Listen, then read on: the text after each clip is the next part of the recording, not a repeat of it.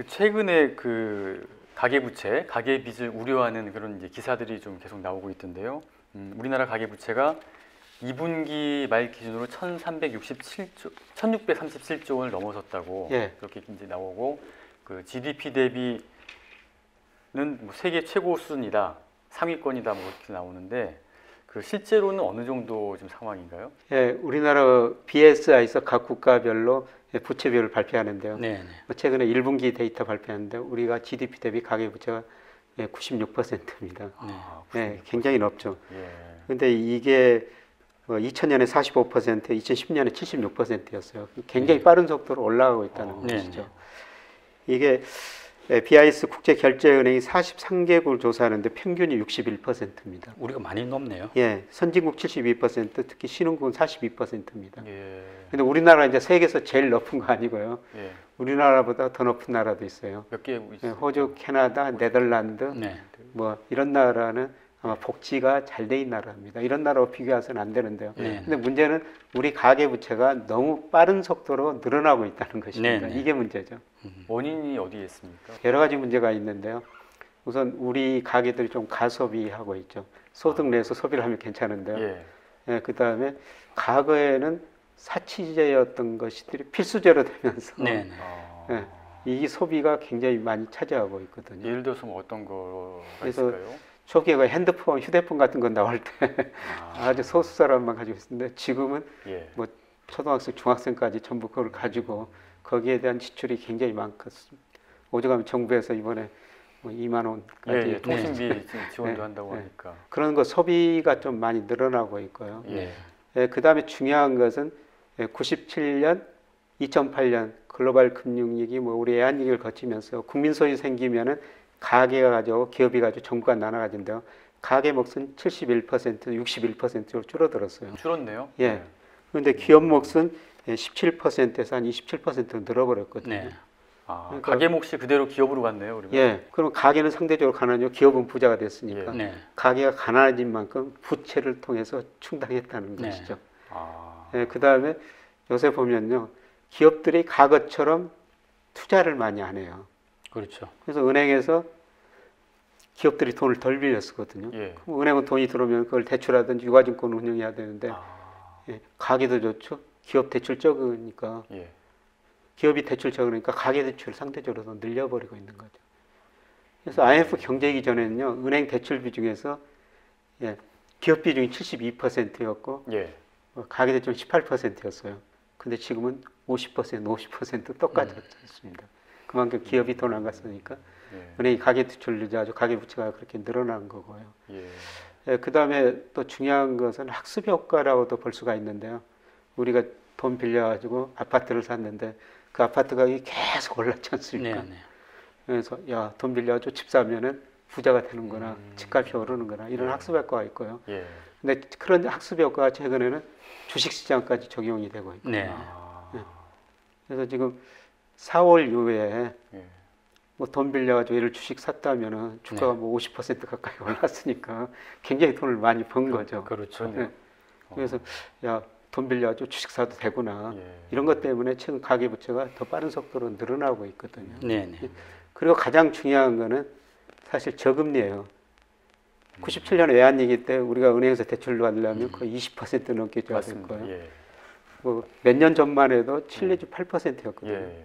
근데 지금 주택담보대출 금리가 2.5%입니다. 예. 예, 금리가 낮으니까 네.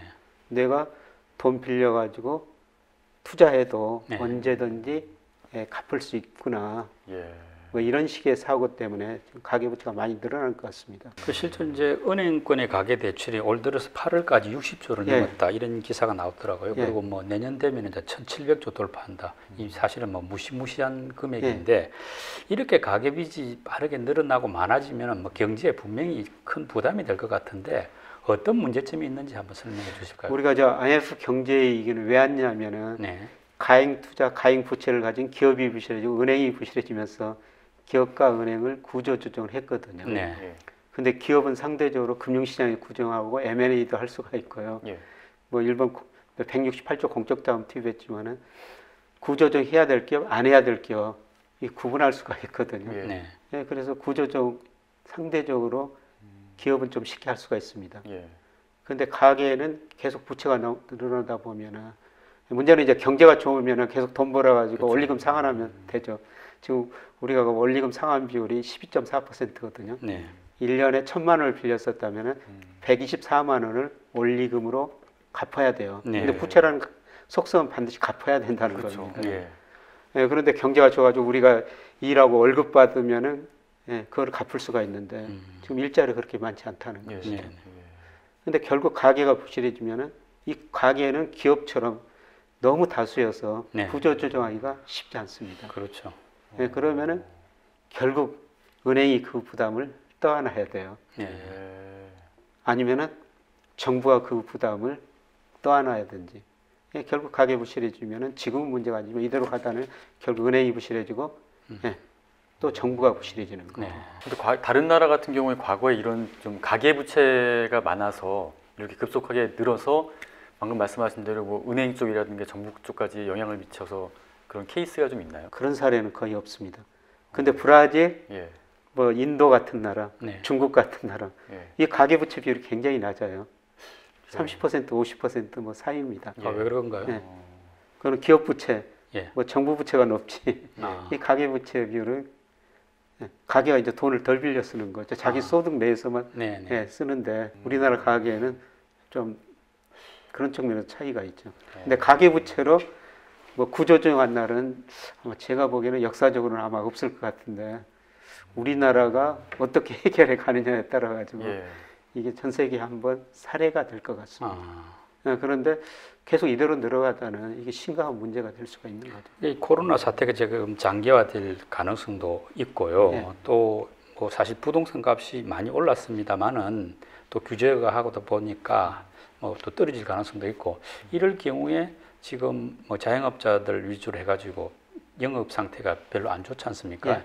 그러다 보면은 가계대출 연체 우려 이런 것도 좀 대비해야 되는 거 아니냐? 대비해야 되죠. 예. 지금은 아직 굉장히 낮습니다. 1%대로 굉장히 네. 낮습니다. 음. 그런데 그게 이제 서서히 조금씩 증가하는 모습이 나오고 있거든요. 그러니까요. 예. 그 다음에 여기서는 지금 우리가 가계부채만 아까 1637조라고 그랬는데 예. 여기다 소규모 자영업자까지 포함하면 지금 1900조 정도에 아. 되고 있거든요. 그게 빠진 거군요, 그러니까 예. 이게. 소규모 개인 사업자 네. 예. 네. 이게 들어가 있어요. 근데 이번 코로나로 가장 타격을 받는 게 예. 그분들이거든요. 그러니까요. 예. 그분들이 지금 가게가 굉장히 많이 문을 닫지 않습니까? 네. 예를 들어서 저희 뭐 학교도 비대면 강의를 하다 보니까 저희 학교에서 신촌 사거리까지 가는 식당들을 거의 문 닫았습니다. 네. 이런 분들이 자기 돈으로 뭐 큰 손실을 받겠지만은 돈을 빌려서 했다면은 사실 돈을 갚을 능력이 없는 거죠. 네. 그래서 계속 올라갈 수밖에 없어요. 아. 예. 그리고 우리나라 자영업자 대출이 한 680조가 좀 늦거든요. 예. 네. 그러니까 코로나로 이런 분들이 어려움을 겪으면은 연체율이 계속 올라갈 수밖에 없는 것이죠. 네. 예. 그래서 전 세계적으로 보면은 지금 은행주들 주가가 제일 좀 못 오르고 있죠. 네. 그렇죠. 우리나라도 지금 예. 은행주 주가들 거의 못 오르고 맞습니다. 있거든요. 은행주 아. PBR이 0.3배, 4배밖에 안 돼요. 이 부실 우려가 있다고 보는 것 예. 같네요. 네. 그리고 은행주 주식 투자하시는 분들은 그 배당을 받으시면 되는데요. 은행주 주식이 나쁘다는 것은 우리나라 내수 경기가 나쁘다는 거예요. 제가 분석해 보니까 우리나라 은행주 주가가 내수 경기를 제패하는 서비스 생산에 한 1, 2개월 정도 선행하거든요. 예. 은행주 주가가 지금 떨어졌다는 거는 네. 우리나라 서비스 경기가 계속 내수 경기가 안 좋다는 겁니다. 아. 이런 악순환이 벌어질 수가 있는 거죠. 근데 이제 가계 부채도 그렇지만 정부 부채도 지금 굉장히 빠르게 상승하고 있거든요. 예. 그래서 일단은 뭐 4차 수용 같은 경우도 이제 7조 5천억 원 이것도 뭐 적자 예. 국채를 발행해서 이제 메꾼다고 하고요. 그 국가 채무 비율이 그렇게 되면 뭐 GDP 대비 43.9%까지 예, 예, 오른다고 하는데 역시 이것도 좀 속도가 굉장히 빠른 것 같아요. 우리 저 정부 그렇죠. 부채도. 그다음 우리가 자랑했던 거는 OECD에서 예. 우리나라 가계 부채가 제일 낮다. 아, 정부 부채가. 정부 부채가. 예. 네. 정부 부채가 제일 낮다. 예. 그래서 정부가 계속 돈을 써야 된다. 예. 뭐 그거는 사실인 거는 맞습니다.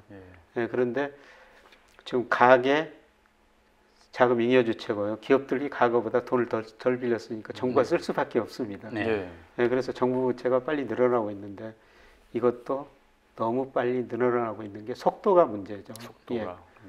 그러니까 우리나라 보면은 기업 부채가 많아가지고 97년 애한위기를 겪었고요. 예. 그 뒤로 기업이 좀 구조조정하고 좀 괜찮아졌는데 가계 부채가 급격히 늘고 여기다가 정부 부채까지 늘어나고 있거든요. 네. 한마디로 우리 경제가 부채에서 성장하고 있다. 아. 그렇게 표현해도 과언은 아닐 것 같습니다. 그리고 지금 내년 예산만 하더라도 이제 세수가 모자라다 보니까 정부가 국고채 발행해가지고 충당할 게 한 90조 정도 되더라고요. 예. 그러다 보면 이제 국채 발행을 계속 늘리다 보면 이제 국고채 가격은 떨어지겠습니다만은 이제 시중 금리는 올라갈 수밖에 없지 않습니까? 결국 지금 현재는 저금리로 막 부채 상황을 버티고 있는 셈인데 이게 이제 금리가 시중 금리가 올라가면은 그 어떤 파급 효과는 굉장히 클 것 같은데요. 근데 구축 효과라고 그러는데요. 네. 정부가 국채를 발행하면 말씀하신 것처럼 국채 가격이 떨어지고 금리가 올라갈 것이다. 그래서 소비 투자가 줄어들 것이다. 네. 이걸 크라우딩 아웃 이펙트 뭐 구축 효과라고 그러지 않습니까? 네. 근데 일본에서 이제 구축 효과가 안 나타났어요. 일본에서요. 예.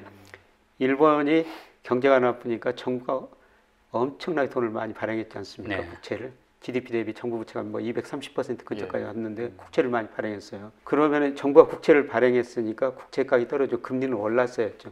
근데 일본 금리는 계속 떨어져 버렸거든요. 네. 0%까지 떨어졌어요. 왜 떨어졌냐면은 은행이 국채를 다 사줘 버린 겁니다. 아, 은행이 돈이 들어오면은 대출 아니면 유가증권을 해야 되는데요. 예. 가계도 저축, 특히 98년부터 일본 기업들이 자금 잉여주체로 전환이 돼 버려요. 쉽게 말씀드려서 기업이 은행에 저축한 돈이 빌려 쓴 돈보다 더 많아져 버린 것이죠. 아, 그러니까 대출이 안 되니까 예. 일본 은행들이 그것과 유가증권, 주식은 위험하다고 안 삽니다. 채권만 막 사거든요. 네. 그래서 일본 은행 자산 채권 비중이 10%에서 뭐 2000년대 가면서 38%까지 늘어나고. 아, 예. 그러니까 이렇게 채권을 많이 사니까 정부가 채권 발행하면 은행이 사줘 버리니까 아. 금리도 안 올랐죠. 예. 근데 우리나라도 그런 양상이 비슷한 양상이 전개되고 있어요. 아. 지금 기업들이 일부 기업들이 뭐 차별화는 됐지만 우리 기업들이 지난 3월 말 현재 가지고 있는 금융 자산이 네. 현금성 자산이 638조예요. 사내 유보금 뭐 이런 것들. 예, 이런 거. 예. 근데 그 돈을 많이 가지고 있는데 투자를 안 하다 보니까 기업들이 은행에서 돈을 덜 빌렸어요. 그럼 은행은 돈이 남아들거든요. 예. 은행이 그 돈 가지고 지금 채권을 사기 시작합니다. 예. 아, 지금 우리나라 은행 자산 중에서 대출 비중이 한 거의 70% 가깝게 되고요. 예. 채권 비중은 이제 7%에 접근해가고 있어요. 네. 일본이 98년 그 경우였는데요. 그 이후로 채권 비중이 계속 늘어났는데 우리나라도 지금 채권 비중이 늘어나기 시작하거든요. 예. 그래서 아마 우리나라에서 구축 효과는 네. 심하게 나타날 것이 아니다. 아, 정부가 계속 적자를 맺고 해서 국채를 발행할 텐데 예. 그 발행하는 국채를 우리나라 은행 금융회사들이 다 사줘버릴 것이다. 그래서 저는 구축 효과는 별로 걱정 안 해도 된다 그렇게 보고 있습니다. 국채를 많이 발행하더라도 그 국채 금리도 유지가 되고 그 다음에 시중 금리도 계속 예. 저금리로 유지가 될 유지가 것이다. 되고, 예. 예, 그렇게 우리나라 상황이 그 당시에 말씀하셨던 일본하고 굉장히 유사하게 지금 나타나고 있다는 거죠. 그런데 이제 한 가지 예외적인 경우는 미국에서 인플레이션이 발생하면 평균 물가제 목표제라고 해가지고 초기에는 미국이 금리 안 올릴 겁니다. 예. 네. 근데 연준의 가장 중요한 목표는 물가 안정이거든요. 물가 안정이죠. 예. 이 물가가 예를 들어서 4 내지 5% 간다. 음. 연준 금리 인상할 수밖에 없어요. 그렇죠. 그럼 미국 인상하면은 예. 돈이 미국으로 빠져나가니까 예. 우리 애한시장 불안해죠. 그 경우는 우리도 뒤따라서 어느 정도 금리를 인상할 수밖에 없습니다. 예. 예, 그때는 아마 세계 경제가 큰 타격을 받을 거예요. 우리나라뿐만 아니라 한 세계 경제 각 경제 주체가 지금 계속 부실해지고 있거든요. 네. 2008년 위기, 그다음에 올해 경제 위기 이거로 있고 각국 정부가 돈을 많이 쓰니까 일부 정부 부실해졌죠. 그다음에 금리가 낮으니까 가계 기업이 부실해졌죠. 예. 나중에 미국 금리를 올리면 전 세계가 금리를 뒤따라 올릴 수밖에 없어요. 네. 그러면 이제 각 경제 주체가 부실해졌는데 이 금리를 부담할 능력이 없는 기업들은 많이 사라질 수밖에 없죠. 뭐 그건 조금 이제 장기적인 장기적인 이야기입니다. 이야기이긴 한데 예. 이제 우리가 아까 지금 뭐 기업도 돈을 안 쓰고 있고 가게도 돈 쓸 여력이 없으니까 정부가 이제 돈을 써야 될 수밖에 없는 상황이다. 예. 코로나 상황에서는 예. 이렇게 이해가 되면서도 또 상대적으로 또 우리나라의 정부 부채 비율은 뭐 40%대로 좀 예. 낮다고 하는데 사실 우리나라 정부 부채만 보면 낮지만은 거기다가 이제 공공부문, 예. 공공기관 부채까지 포함한 이제 D3라고 하죠. 예. 그 같은 경우 보면은 우리나라 사실은 그 부채가 60% 이상이다. 그렇죠. 혹은 뭐 2024년 되면 그게 80%까지 넘어갈 것이다. 예. 이런 전망까지 나오거든요. 이런 부분에서 우리가 지금 너무 느슨한 기준으로 좀 말을 안심하고 있는 건 아닐까 그런 생각도 드는 예, 것 맞습니다. 같습니다. 공공부채 거기 정부부채 포함해야 되죠. 네. 사실적으로는. 예. 왜냐하면 예를 들어서 뭐 LH공사, 네. 뭐 한전 같은 게 이런 게 부실해지면 우리 세금 정부가 부담해야 되거든요. 그러니까요. 그래서 S&P에서 그런 거 우리 공공기업 신용 등급을 평가하는데요. 예. 정부가 보증해 주니까 우선은 정부 신용 등급을 줘요. 우리 네. 국가 신용 등급 똑같은 신용 등급 예. 그 회사는 주거든요. 예. 근데 독립 신용 등급이라 따로 평가를 하는데요. 네. 만약 정부가 지원 안 했을 때 이 공기업들이 어떤 신용급을 받느냐? 일부 기업들 투기 등급입니다. 아. 그러니까 우리나라 부채 문제 고려할 때 예. 네. 공기업도 결국 정부가 보증을 해줘야 되고 우리 국민 부담으로 할 수가 있으니까 예. 예, 보장을 해줘야 되죠. 예, 저는 저희 학생들한테 가끔 이런 이야기를 한번 생각해보라 그럽니다. 얼마 전에 그 현대차가 한전 부지를 10조 좀 넘게 샀죠. 예. 예, 그게 잘한 거냐 못한 거냐. 논란이 좀 많이 됐었는데. 예, 예, 그때 제가 아는 애국인은 현대차 주식을 그 다음날 다 팔아버리더라고요. 어떻게 이런 회사가 있을 수가 있느냐. 예. 주주한테는 뭐 별로 안 좋게 생각할 수가 있죠. 그 돈 가지고 예. 그때 투자했으면은 네. 뭐 외국 좋은 기업 자동차 최대 주주가 될 수도 있었거든요. 예. 네, 그런데 저는 양측면에서 한번 생각해봐라. 돈 많은 한전이 아니 현대차가 한전한테 예를 들어서 몇 조를 더 줬다고 한번 생각해보자. 예. 네, 그러면은 그만큼 우리 정부 부담을 우리 국민 부담을 낮춰준 것 아니냐. 네. 아. 네, 그래서 양쪽으로 한번 생각해보자. 예. 네, 그런 이야기를 하는 것은 결국 공기업의 부실은 정부의 부실로 이어질 수가 있다는 거죠. 그 일각에서 또 우려하는 거는 그 일단 그 이렇게 정부 부채가 좀 속도가 빠르게 늘어나면은 국가 신용 등급에도 좀 영향을 미치지 않을까 예. 뭐 그런 것도 있거든요. 어떻게 실제로 그럴 수가 있습니까? 네, 실제로 뭐 그럴 수 있죠. 아마 2010년인가 S&P가 미국 신용 등급 내렸었어요. 네. 네. 네, 그때 그 다른 것도 있지만 정부 부채가 너무 빠른 속도로 늘어난다. 예. 2008년 글로벌 금융위기 겪으면서 미국 정부가 엄청난 돈을 썼지 예. 않습니까? 예. 네, 그래서 신용 등급 낮추니까 주가가 폭락했거든요. 이럴 때 그 파생상품 투자하는 건 정말 위험한데요. 네. 네, 그때 제 아시는 분 한 부자가 신용상품 투자했다 500억을 잃은 경우도 있습니다. 500억이요? 예, 500억 원을 그만큼 파생상품 예, 무섭다는 건데요. 네. 그 신용등급 S&P 500가 미국 제 신용등급 하락시키니까 예. 단계 주가가 그렇게 급락해 버렸던 거죠. 그걸 대비 못하고 그렇게 예, 잃은 것도 있습니다. 마찬가지로 우리 저 부채가 예. 저는 GDP 대비 60% 정도까지는 예. 뭐 괜찮을 거라고 생각해요. 예. 근데 만약 그 이상으로 올라간다면은 예. 뭐 미리서 경고도 하겠지만은 음. 신용등급 충분히 낮출 수 있다고 생각하고 네. 있습니다. 실제로 피치 같은 경우에는 우리나라 그 정부 부채가 46% 넘어가면은 예. 신용등급 뭐 하락할 우려가 있다 뭐 이런 예. 이야기까지 했지 않습니까? 예. 뭐 46%는 뭐 내년 내후년이면 올 것 같은데요. 그러니까요. 46%는 OECD 평균이 100%가 넘으니까요. 네. 네. 예. 근데 우리나라는 그 신용등급 평가할 때 뭐 그 국가 부채도 보지만은 예. 남북한 리스크, 아. 예. 그 다음에 뭐 여러 가지 뭐 다른 여러 가지도 보거든요. 네. 네. 예. 뭐 경상수지 GDP 대비 흑자가 얼마냐 이런 여러 가지를 보니까 예. 뭐 종합적으로 그래서 보니까 아. 저는 뭐 46%대까지는 예. 별로 아직은 그렇게 아직은 좀 괜찮을 그리고 저희가 일단은 뭐 가계 정부 이제 부채를 봤는데 기업 부채는 좀 어느 정도인가요? 그나마 좀 괜찮은가요? 기업 부채는? 기업 부채가 97년 GDP 대비 107%였어요. 네.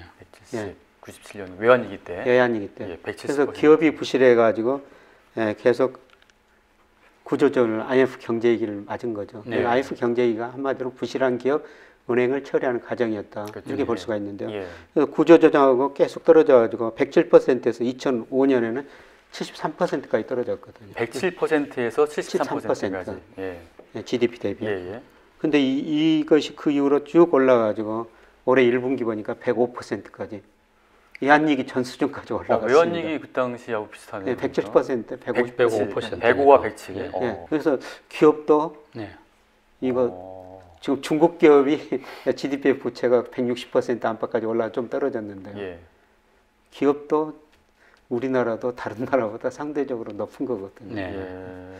그래서 이것도 그냥 뭐 편안하게 볼 수 있는 데이터는 아닌 것 같습니다. 그 우리나라 기업 부채 중에서도 이제 IMF가 추정한 거 보니까 그 어떤 중소기업 부채는 절반 정도가 위험 부채다. 예, 뭐 전체로 보면 총기업 부채에서 보면 한 28% 정도가 위험하다. 근데 특히 이제 중소기업이 아마 부채 비율이나 그 어떤 부채의 질 이런 게 나쁜 것 같거든요. 예. 아까 말씀하신 이제 코로나로 인해서 이런 뭐 자영업자들의 어떤 부채도 아마 그런 식으로 포함되어 있는 게 아닌가 생각이 드는데 이런 식으로 일단 대기업은 뭐랄까 뭐 유보금도 쌓아놓고 예. 투자할 게 많지만은 중소기업들은 사실은 부채에 이렇게 되고 이것도 일종의 뭐 기업 안에서도 양극화가 벌어지는 거 아닙니까? 예, 양극화죠. 저성장이라는 게 양극화인데요. 네.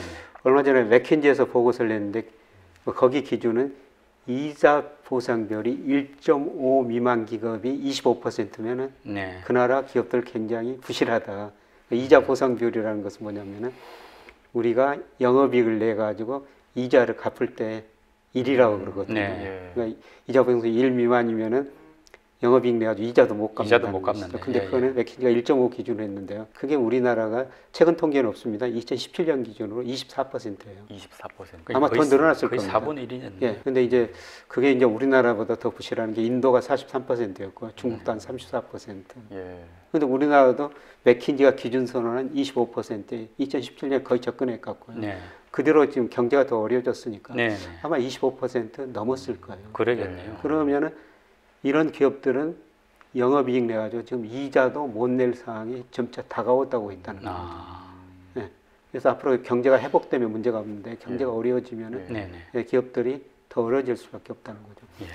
예. 그런데 저는 이 기업들 앞으로 구조전이 많이 남아 있다고 생각하고 있거든요. 전 세계가 모든 산업에서 사실 초과 공급이에요. 네. 네. 이 초과 공급이 해소되려면은 수요가 늘어나든지 공급이 줄어들어야지 그렇죠. 균형을 맞출 수가 있거든요. 예. 근데 맥킨지 보고서가 뭐 부모보다 가난한 자식 세대 네. 뭐 이런 보고서 냈습니다. 예. 뭐 주요 선진국 보니까 자식 세대가 부모 세대보다 중간고의 실질 소득이 오히려 더 줄었더라는 겁니다. 그래서 소비할 능력이 별로 없다는 것이죠. 네. 예, 그러면 이제 이게 초과 공급을 해소하기 위해서는 기업이 결국 구조조정을 할 수밖에 없죠. 그래서 저는 산업의 심화라는 표현을 쓰는데요. 예. 산업은 존재하지만 그 산업 내에 존재하는 기업은 더 줄어들어야 된다는 거죠. 이게 이제 좋은 말로 해서 구조조정인데요. 네. 이 구조조정이 아직 전 세계로 끝나지 않았고 우리나라도 이자 보상 비율이 낮은 나라, 낮은 기업들 네. 예. 이거 뭐 쉽지 않으려고 보고 있습니다. 그 뭐 97년 함께 겪었던 구조조정 그 뭐 상당히 힘들었는데 네. 뭐 앞으로도 언제든지 올 수 있다는 그런 이야기. 뭐 그 정도는 아니더라고요. 근데 97년 외환위기는 우리나라 30대 재벌 중 11개가 해체됐어요. 네, 네. 그리고 은행 14개 그 정도 예, 없어졌습니다. 예, 맞습니다. 예. 정말 심한 구조조정이었는데 예. 사실 이 IMF 때문에 그렇게 심한 구조조정을 했었죠. 그렇죠. 예, IMF 힘이 없었다면 예. 뭐 그렇게 구조조정 못했었죠. 예. 근데 우리가 IMF 경제위기 정도는 가지 않을 테니까요. 네, 네. 뭐 IMF가 우리 간섭 안 할 겁니다. 네. 결국 스스로 시장에서 구조조정해야 되는 그렇게 거죠. 예, 예. 근데 결국은 구조조정 할 수밖에 없다는 거죠.